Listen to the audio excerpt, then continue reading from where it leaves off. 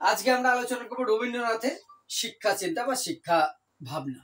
রবীন্দ্রনাথ ঠাকুর বাঙালির মননে, চিন্তনে, স্বপনে, ঘুমে, জাগরণে সবকিছুতেই রবি ঠাকুর আমাদের। রবীন্দ্রনাথকে আমরা তার রবীন্দ্রসঙ্গীতের জন্য চিনি, জাতীয় সঙ্গীত আমাদের আছেই। তার নাট্যকর হিসেবে আমরা দেখেছি, তার গল্প, ছোট গল্প, সমস্ত দিকে দেখলেও রবীন্দ্রনাথের আসল পরিচয় আমাদের শিক্ষা বিজ্ঞানের ছাত্র হিসেবে বা সবার কাছে তিনি একজন অন্যতম একজন ভারতীয় শিক্ষাবিদ।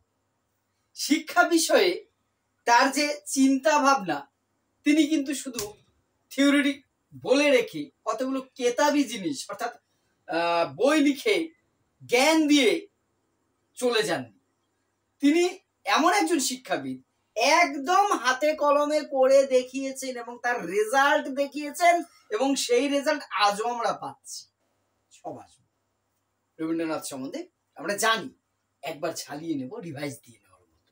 একটা ক্লাসেই রবীন্দ্রনাথকে আলোচনা করা খুব টাফ, কিন্তু আমরা একটা ক্লাসই কমপ্লিট করব। রবীন্দ্রনাথ ঠাকুর যদি তার দার্শনিক দৃষ্টিভঙ্গি দেখি, অবশ্যই রবীন্দ্রনাথ হচ্ছেন ভাববাদী, আইডিয়ালিজম।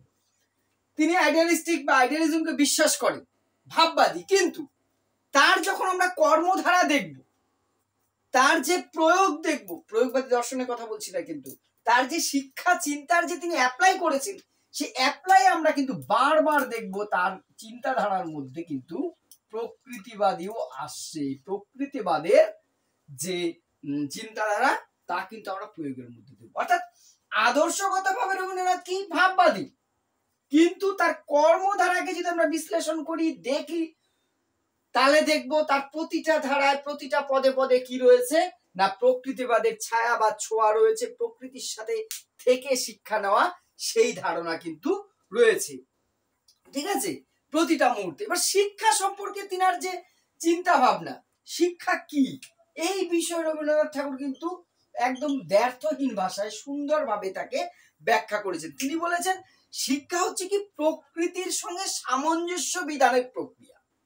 অর্থাৎ নেচার যে রয়েছে তার সাথে অ্যাডজাস্টমেন্ট করে ইভ্যালুয়েশনের প্রক্রিয়াটাই হচ্ছে শিক্ষা।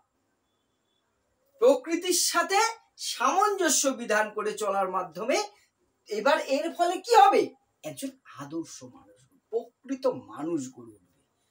সেই বিবেকানন্দের সাথে কোথায় যেন টাচ, মানুষ গড়ার শিক্ষার এখানে কি বলছেন তিনি, প্রকৃতির সাথে সংযোগ স্থাপনের ফলে বা সংগতি বিধানের ফলে প্রকৃত মানুষ হয়ে ওঠার প্রক্রিয়া হলো শিক্ষা।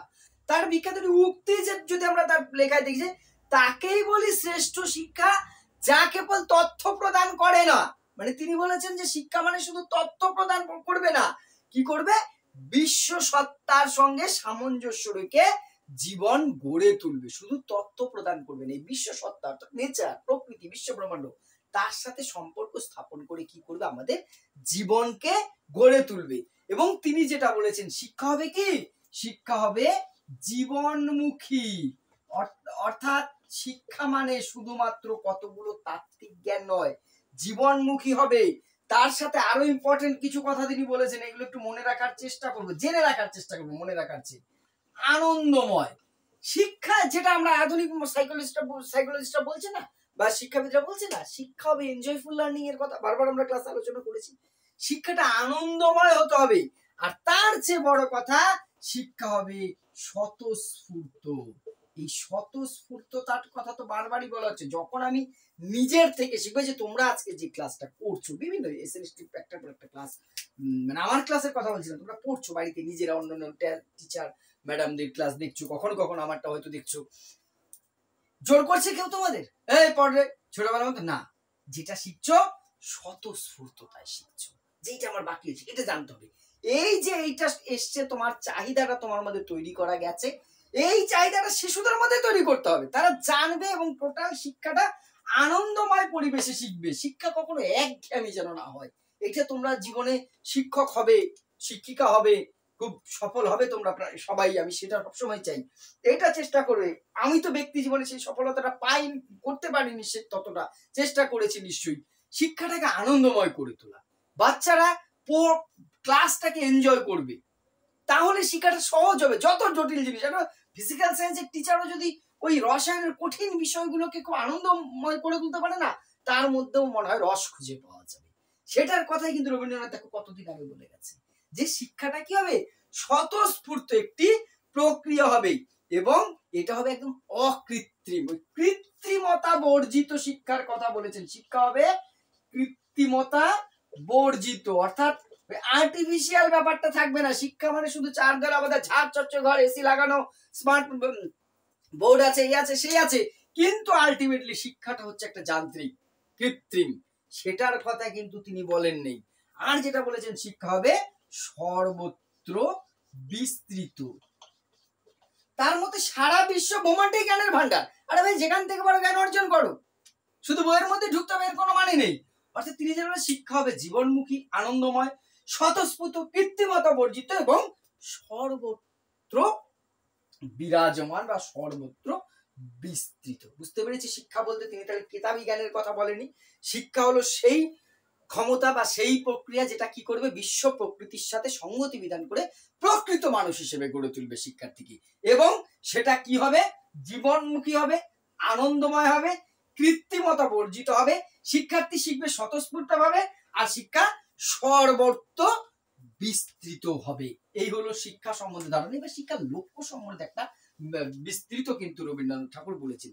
শিক্ষার লক্ষ্য কি হবে, তিনি একদম স্পেসিফিক বলেছেন যে শিক্ষার লক্ষ্য শুধুমাত্র জ্ঞান আহরণ কোনোদিন হতে পারে না।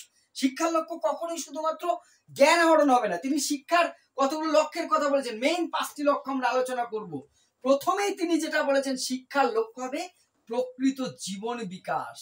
এখনকার আমরা শিক্ষার প্রথম ক্লাসে আলোচনা করেছিলাম, বা তোমরা এডুকেশন প্রথম যখন পড়েছো ক্লাস 11, আমরা সবাই সেখানে পড়েছি প্রথম অধ্যায় শিক্ষার ধারণা, শিক্ষার অর্থ। সেখানে দুটো অর্থ পড়েছি, শিক্ষার ন্যারো কনসেপ্ট, ওয়াইডার কনসেপ্ট, সংকীর্ণ অর্থ, ব্যাপক অর্থ। আমিও প্রথম ক্লাস ওটা দিয়ে করেছিলাম, মানে এসএলএসটির জন্য। তাহলে এই যে ন্যারো কনসেপ্ট, সংকীর্ণ অর্থে কি বলা হয়েছে, শিক্ষা হচ্ছে জ্ঞান আহরণের প্রক্রিয়া। ব্যাপক অর্থে বা আধুনিক অর্থে কি বলা, শিক্ষাই হচ্ছে জীবন, শিক্ষা হচ্ছে বিকাশ। তাই তো এডুকেশন যে development process, life long process, জীবন বিকাশ, সেটাই দেখো বলেছে। কত বড় মনোবিদ, শিক্ষাবিদ শুধু নয়, যে শিক্ষার প্রধান লক্ষ্য হবে পরিপূর্ণ জীবন বিকাশ ঘটনা। একটা শিক্ষার্থীর পরিপূর্ণ জীবন বিকাশ, ইংরেজিতে যাকে বলে অল রাউন্ড ডেভেলপমেন্ট, দৈহিক, মানসিক, প্রাক্ষবিক, সামাজিক, নৈতিক, আধ্যাত্মিক, এই যে সমস্ত দিক আছে, এই সমস্ত দিকের যথাযথ বিকাশ ঘটানোটা হবে শিক্ষার অন্যতম লক্ষ্য। ঠিক আছে, নেক্সট কি বলেছেন শিক্ষার লক্ষ্য, বৈজ্ঞানিক দৃষ্টিভঙ্গি গঠন। দেখো তো কত সুন্দর কথা আলোচনা তাদের, বৈজ্ঞানিক দৃষ্টিভঙ্গি। সে যুগে দাঁড়িয়ে তিনি কিন্তু একবারও বলেননি যে ওই প্রথাগত, তিনি তো কলকাতার জোড়াসাঁকো রাজবাড়িতে জন্মগ্রহণ, জমিদার বাড়িতে, ঠাকুর বাড়িতে জন্মগ্রহণ করেছেন, রক্ষণশীল পরিবার বলা যেতে পারতো, কিন্তু না, তিনি কি বলেছেন, শিক্ষা কি করবে, আমাদের বৈজ্ঞানিক দৃষ্টিভঙ্গি গড়ে তুলবে, বিজ্ঞান অর্থাৎ আধুনিক মানসিকতা গড়ে তুলবে, জানার আগ্রহ তৈরি হবে, কিউরিসিটিসকে পূরণ করবে। এই সমস্ত দিকের বৈজ্ঞানিক দৃষ্টিভঙ্গি গড়ে তোলা কিন্তু শিক্ষার লক্ষ্য। তার সাথেই যেটা বলেছে খুব ইম্পর্টেন্ট, কিন্তু এটা আজকের যুগে তো আরো বেশি, ধর্মীয় মনোভাব গঠন। ধর্মীয় মনোভাব মানে তাহলে কি বলছো, তিনি কোনো বিশেষ ধর্মের কথা বলেছে না। ধর্ম মানে কি অ্যাকচুয়ালি, সাধারণ অর্থে ধর্ম ডিউটি, কর্তব্য। যদি আমরা ধর্মকে সেই অর্থে দেখি, আমার নাকের ধর্ম শ্বাস প্রশ্বাস নেওয়া, যার যার ধর্ম শেষে পালন করলেই সুস্থ থাকা যাবে। আমার নাক যদি তার ধর্ম পালন না করে, নাক বলে আমি এখান থেকে জল খাবো, তার মূল ধর্ম শ্বাস গ্রহণ করা, সেটা না করে সে যদি বলে না মুখ ভাত খায় আমি ভাত খাবো, তো আমার টোটাল বডির ডিসব্যালেন্স হয়ে যাবে, একদম ভবলীলা সাঙ্গ হয়ে যেতে পারে। তাই তো মুখের কাজ কথা বলো, মুখ যদি বলে না, কান যদি বলে আমি কথা বলবো, কানের ধর্ম কথা বলা নয়, অর্থাৎ ডিউটি। ঠিক প্রত্যেকটা মানুষেরও ডিউটি ধর্ম,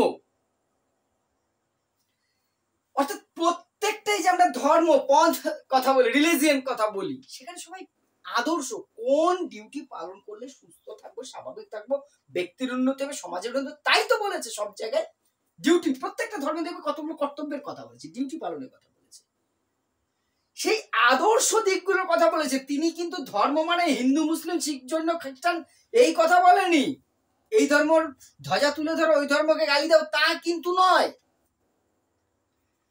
বা তথাকথিত ধর্ম নিরপেক্ষতাও নয়। সব ধর্মের সমন্বয়ের কথা এবং ধর্মের প্রকৃত অর্থ বোঝার কথা বলেছে। কোনো ধর্মে খারাপ কথা বলা হয় না, হতে পারে না। সেটা তাহলে ধর্ম হবে কি করে? হতে পারে কোনোদিন? লক্ষ লক্ষ কোটি কোটি লোক বোকা, কোনো একটা ধর্মের পেছনে ছুটবে যে ধর্মের খারাপ কথা বলা হয়েছে? কোনোদিন হতে পারে না। ঠিক আছে, তাহলে তিনি এটা বলেছেন যে ধর্মীয় মন। এইবার যেটা বলেছেন কি ইম্পর্টেন্ট, এটাও নৈতিক চরিত্রের বিকাশ।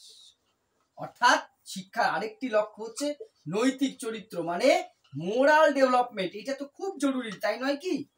প্রত্যেকটা ব্যক্তির জন্য, মানুষের জন্য নৈতিক উন্নতি কিন্তু খুব দরকার। তিনি বলেছেন শিক্ষার্থী নৈতিক মানে নীতি থেকে নৈতিক, যে বিষয়ের সাথে নীতি জড়িত, অর্থাৎ কোন কাজটা নীতিযুক্ত, সমাজ অনুমোদন করে, কোনটা অনুমোদন করে না, সেটা বোঝার ক্ষমতাটা শিক্ষা গড়ে দেবে শিক্ষার্থীর। অনেক ক্ষেত্রে আমরা বুঝি না কোনটা অনৈতিক কাজ, কোনটা নৈতিক কাজ, কোনটা অনৈতিক কাজ বুঝতেই পারে না ছেলেমেয়েরা। সেটা যাতে না হয়, তাদের চারিত্রিক নৈতিকতার মোরাল ডেভেলপমেন্ট বিকাশ ঘটাতে হবে। লাস্ট যেটা বলেছেন সামাজিক বিকাশ, সোশ্যাল ডেভেলপমেন্টের কথাও কিন্তু বলেছেন যে সামাজিক বিকাশ তো ঘটাতে হবে। মানুষ তো সামাজিক জীব, প্রকৃতির মধ্যে থেকে গেলেই তার চলবে না, তাকে আবার শিক্ষার পরে প্রকৃতিতে সোসাইটিতে থাকতে হবে, সোসাইটিতে ফিরে আসতে হবে। তার সামাজিক বিকাশ যদি তার না ঘটে তাহলে তো তার যথাযথ উন্নতি হবে না।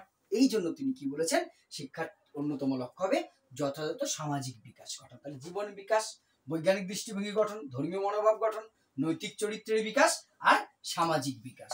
এবার শিক্ষার লক্ষ্যের পরে যেটা তিনি আলোচনা করছেন সেটা কি, সেটা হচ্ছে পাঠ্যক্রম কি হবে। পাঠ্যক্রম মানে কি, শিক্ষার লক্ষ্যে পৌঁছানোর উপায়, অর্থাৎ যে বিষয়গুলো অনুশীলন করার কথা বলা হয় সেটাই পাঠ্যক্রম। আমরা পাঠ্যক্রম আলাদা করে পড়েছি। পাঠ্যক্রমে তিনি প্রথমত কি বলেছেন, পাঠ্যক্রমের কতগুলো নীতির কথা বলেছেন, যে পাঠ্যক্রমের নির্দিষ্ট কতগুলো নীতি রয়েছে, এই নীতিগুলো মেনেই একটা পাঠ্যক্রম তৈরি করতে হবে।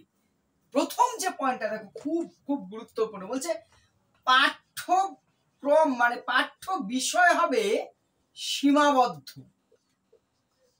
ভালো করে বুঝবে কথাটা, লাইন তুলে দিলে কিছু করার নেই। সীমাবদ্ধ, পাঠ নয়। ছোট্ট একটা লাইন অনেক কিছু ব্যাখ্যা করে। পাঠ্য বিষয় হবে সীমাবদ্ধ, পাঠ নয়। মানে পাঠ্য বিষয়ের তো একটা লিমিটেশন আছে। একটা ক্লাসে একটা শিক্ষা স্তরে এর বেশি একটা বয়সের শিক্ষার্থীকে পড়ানো সম্ভব নয়। এই জন্য পাঠ্য বিষয় অর্থাৎ পাঠ্যক্রম সীমাবদ্ধ হবে, এই পড়ানো যাবে। কিন্তু পাঠ কখনো সীমাবদ্ধ নয়, তার বাইরে পড়া যাবে না, জানার কিছু নেই এটা ভাবলে চলবে না।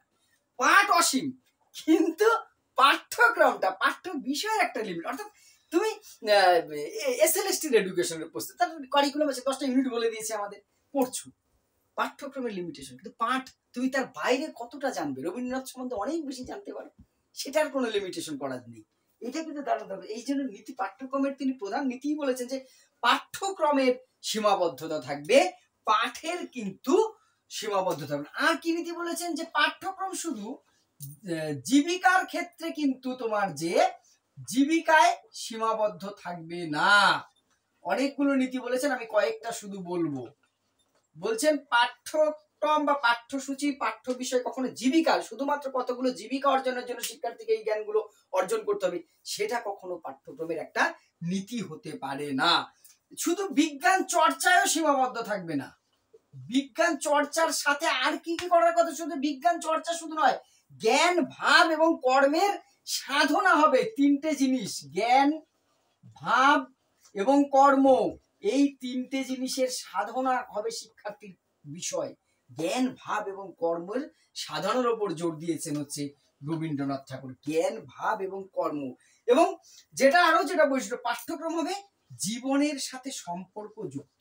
অর্থাৎ আমরা সেই বিষয়গুলোই পড়াবো শিক্ষার্থীদের যা জীবনের, তার জীবনের সাথে কি থাকবে, সম্পর্ক যুক্ত থাকবে। আমি অনেক ক্ষেত্রে এটা বলি, আমাদের এমন কিছু শেখানো হয়, বিশেষ করে মাধ্যমিক স্তর অব্দি পড়েছি, যে আমি বারবার বলি অনেক video, sine theta cos theta কেন পড়েছি, কিসের জন্য রাতের ঘুম হারাম করেছে, আমি আজ অব্দি বুঝতে পারিনি। হ্যাঁ, যারা সায়েন্স টেন্স নিয়ে পড়বেন, এই বিষয়ে গবেষণা করবেন উচ্চ মাধ্যমিকের পরবর্তীতে, তাদের জন্য বিশেষ প্রয়োজনীয়, খুব গুরুত্বপূর্ণ জিনিস, একদম গুরুত্বপূর্ণ জিনিস। ওগুলো ছাড়া হবেই না আমি জানি, কিন্তু আমার অন্তত কোনো, আমার মতন মধ্যমেধার নিম্নমেধার ছাত্রদের কোনো কাজে লাগে না। আমরা আর্টসের ছাত্র, ওই ভাই সাইন থিটা কস থিটা, আমি জাস্ট মুখের কথা বলছি, এই ধরনের অনেক থিওরি পড়েছি, জানি না ও জীবনে কি কাজে লেগেছে।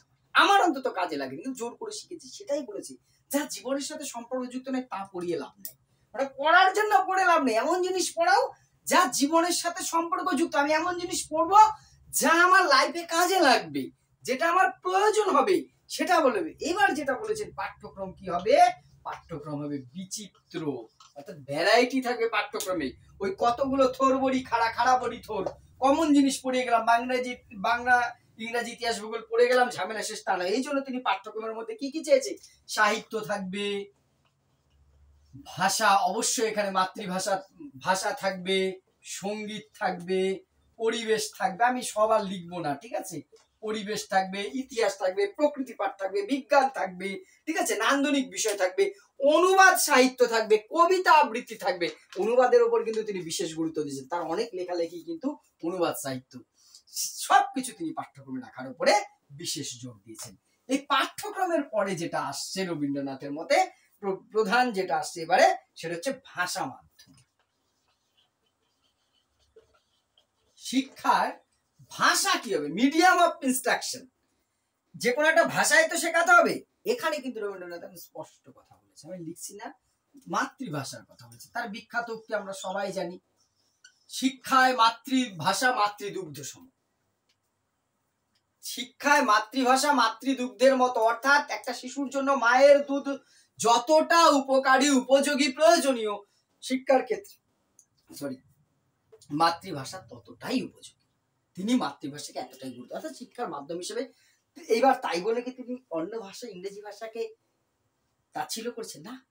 বিদেশি ভাষা শিক্ষার উপর শান্তিনিকেতনে যাও, বিশ্বভারতী, আমি তো প্রত্যেককে অনুরোধ করব, শিক্ষা বিজ্ঞানের ছাত্র হিসেবে অবশ্যই বাড়ির কাছে আমরা পেশালসি টিভির কর্মস্থল দেখার সৌভাগ্য আমাদের হয়নি, হয়তো হবে না, কারো কারো হতে পারে, কিন্তু রবীন্দ্রনাথ তার জন্মস্থল জোড়াসাঁকো যাওয়ার চেয়ে আমি মনে করি শান্তিনিকেতন যাও তার কর্মস্থল, যদিও ইটকাট পাথরে ঘিরে ফেলেছে চারদিক, তবুও যেখানে তিনি এই কর্মভূমি সেটা দেখবে, বোঝার দরকার আছে, জানার দরকার আছে। সেখানে গেলে কি দেখবে, চীনা ভবন বলে যে বিল্ডিংটা আছে, ডিপার্টমেন্ট আছে, শুধু বিদেশি ভাষা শেখানো হয়, বহু ফরেন ল্যাঙ্গুয়েজ শেখানো হয়, অবহেলা করা হয়নি, ঠিক আছে, পরে আসবো এটা নিয়ে আমি। তাহলে মাতৃভাষাকে কিন্তু তিনি বিশেষ প্রাধান্য দিয়েছেন। এইবার নেক্সট যেটা আসছে, সেই ইনস্ট্রাকশন পদ্ধতি, কোন পদ্ধতিতে পাঠ দেওয়া হবে, এই পদ্ধতির ক্ষেত্রে কিন্তু রবীন্দ্রনাথ নির্দিষ্ট কতগুলো মেথডের কথা বলেছেন। তিনি পদ্ধতির ক্ষেত্রে তিনটে জিনিসের উপরে সবচেয়ে গুরুত্ব দিয়েছেন। তার প্রথম হচ্ছে স্বাধীনতা। এক নম্বরে তিনি বলছেন স্বাধীনতা। স্বাধীনতা মানে শিক্ষার্থীদের কি করতে হবে, স্বাধীনতা প্রদান করতে হবে। তিনি কিন্তু মুক্ত একদম স্বাধীনতার কথা বলেছেন, স্বাধীনভাবে শেখাতে হবে, জোর করে শেখানোর দরকার নেই, ঠিক আছে। তারপরে যেটা বলেছেন সৃজনাত্মক আত্মপ্রকাশ। সৃজনাত্মক মানে আমরা জানি, বাঙালি ইংরাজি ভালো বুঝি, ক্রিয়েটিভিটি তো বুঝেই আমরা, অর্থাৎ যাদের মধ্যে যে ক্রিয়েটিভিটি আছে, সৃজনশীলতা আছে, তিনি সঙ্গীত, নাচ, গান, এগুলো হাতের কাজ, এগুলো খুব গুরুত্ব দিয়েছেন। বলছি সেই সৃজনাত্মক আত্মপ্রকাশের মধ্যে দিয়ে পাঠ দিতে হবে। তুমি কি করতে পারো করে দেখাও না ভাই। এই যে এই জিনিসটা, যেমন তার স্বাধীনতা দেওয়া হবে, তেমনই আবার সৃজনাত্মক আত্মপ্রকাশ দেওয়া হবে। আর যেটা বলেছে প্রকৃতির সাথে সংযোগ, তার পদ্ধতির মূলই হচ্ছে প্রকৃতির মধ্যে পাঠ দেওয়া। দেখো তিনি ভাববাদী হলেও আমি প্রথমেই বলেছিলাম তার কর্মের মধ্যে আমরা কি দেখতে পাই, প্রকৃতিবাদের ছায়া দেখতে পাই। এই যে প্রকৃতির সাথে সংযোগ, এটা তো রুশোর কথা, প্রকৃতিবাদের কথা। তিনি কিন্তু ভাববাদী হয়েও প্রকৃতিবাদ, অর্থাৎ ভাববাদী আর প্রকৃতিবাদী কিন্তু সমন্বয় ঘটিয়েছেন। তিনি প্রকৃতি পর্যবেক্ষণ, গল্পের ছলে, খেলার ছলে, প্রত্যক্ষ অভিজ্ঞতা, এই সমস্ত পদ্ধতিতে পাঠদানের কথা বলেছে। প্রকৃতি পর্যবেক্ষণ, গল্পের ছলে, খেলার ছলে, প্রত্যক্ষ অভিজ্ঞতা দান বা গ্রহণ, এর মাধ্যমে পাঠদান বা শিক্ষাদান কার্য পরিচালনা করার কথা কিন্তু বলেছেন। এরপরে যে পয়েন্টে আসবো সেটা হচ্ছে শৃঙ্খলা, ডিসিপ্লিন। রবীন্দ্রনাথ ঠাকুর তিনি কিন্তু শৃঙ্খলার ক্ষেত্রে স্পষ্ট ধারণা দিয়েছেন। তিনি স্বাধীনতা বা মুক্ত শৃঙ্খলার কথা বলেছেন। কি বলেছেন, মুক্ত শৃঙ্খলা, খুব ইম্পর্টেন্ট। এখানে আরো দুই একটা কথা আমি বলবো, মুক্ত শৃঙ্খলার কথা বলেছেন। কিন্তু এই শৃঙ্খলা মানে কখনোই শৃঙ্খলা অসমান বললাম আমি, আনইকুয়াল।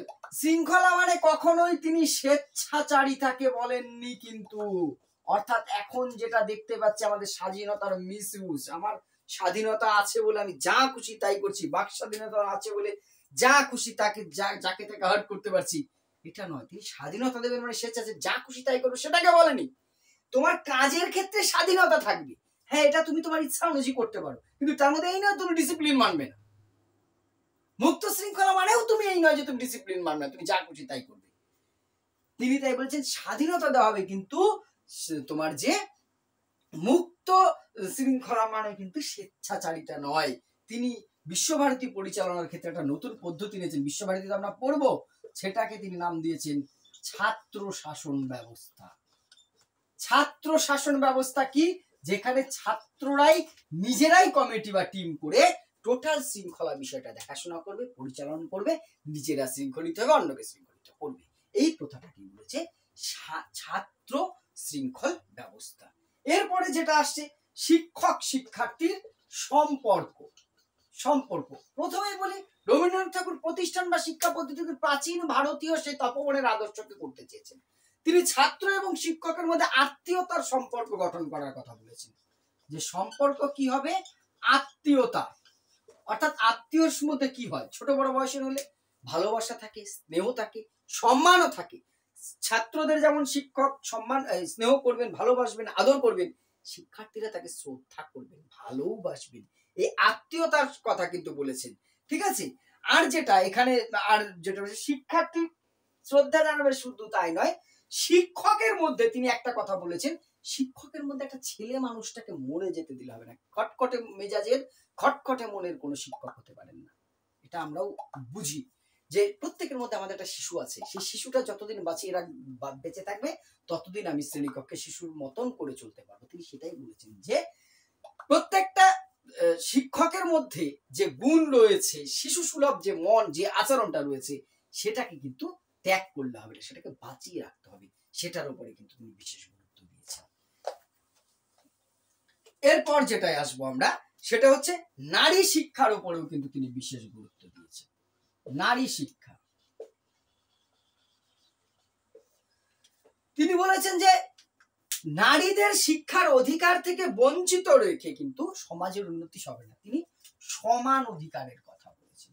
পুরুষদের যেমন শিক্ষার অধিকার আছে, তিনি বলেছেন নারীদের, মহিলাদের সেম সমান সুযোগ সুবিধা, সমান অধিকার থাকবে। তবে দেহের গঠন, মনের গঠনে যেমন নারী পুরুষের ভেদ আছে, শিক্ষাদানের ক্ষেত্রে সেটাকে মাথায় রাখার কথা বলেছে। নারীদের, মহিলাদের তাদের যোগ্যতা, প্রয়োজন, চাহিদা এগুলো অনুযায়ী শিক্ষাদানের কথা বলেছে। এক সমান অধিকার মানে একই জিনিস শেখানোর দরকার নেই, এটা তো ঠিক। দৈহিক গঠন বিভিন্ন ক্ষেত্রে তফাৎ আছে, সেইটাকে গুরুত্ব দেওয়ার কথা বলেছে। এটাই তো ব্যক্তি বৈষম্যের নীতিকে তিনি একরকম স্বীকার করে নিয়েছেন, এইটার কথা কিন্তু তিনি বলেছেন। এইবার যেটা আসবো বাস্তব প্রয়োগ।